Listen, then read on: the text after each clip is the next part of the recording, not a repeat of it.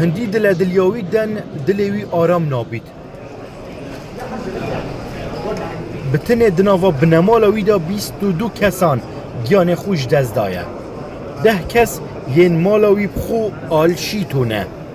12 کسین دیجی جمالا مامین وینه در رودانا هولا حمدانیه دا هفجیناوی جی هتانها برزه دناوا تارمان دا ناهتن یاسین أختي أمي أبويا خوشچی من دایک و باوچی من خوشکێکی دیکەم هاوژینی من نادیارن سپاس بۆ خوا ئەمە ماڵباتی برای منە ئەوەش منداڵەکانی منن کە دوێنێ بە سوتایی وەرم گرتوونەتەوە ئەمانە هەموو بە دووکەڵ خنکابوون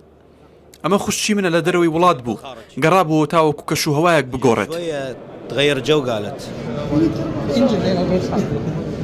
برایوی مازن 11 ساله قشه دیرا سریان کاتولیک النینوا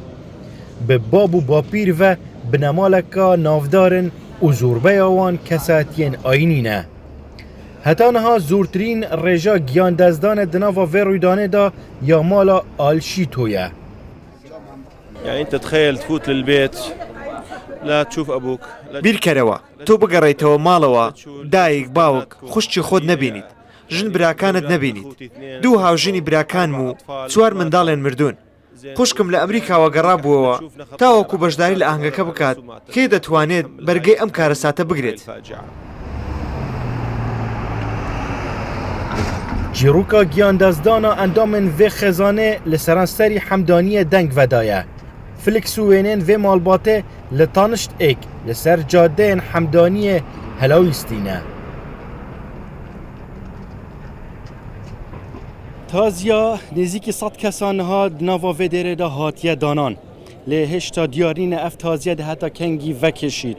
جبرکو ناستاما وان کسین دیار نمای ده پشکنینا دی این ای دا هشتا دیار نبویه داکو اف تازیه جارکاری دوباره بدوه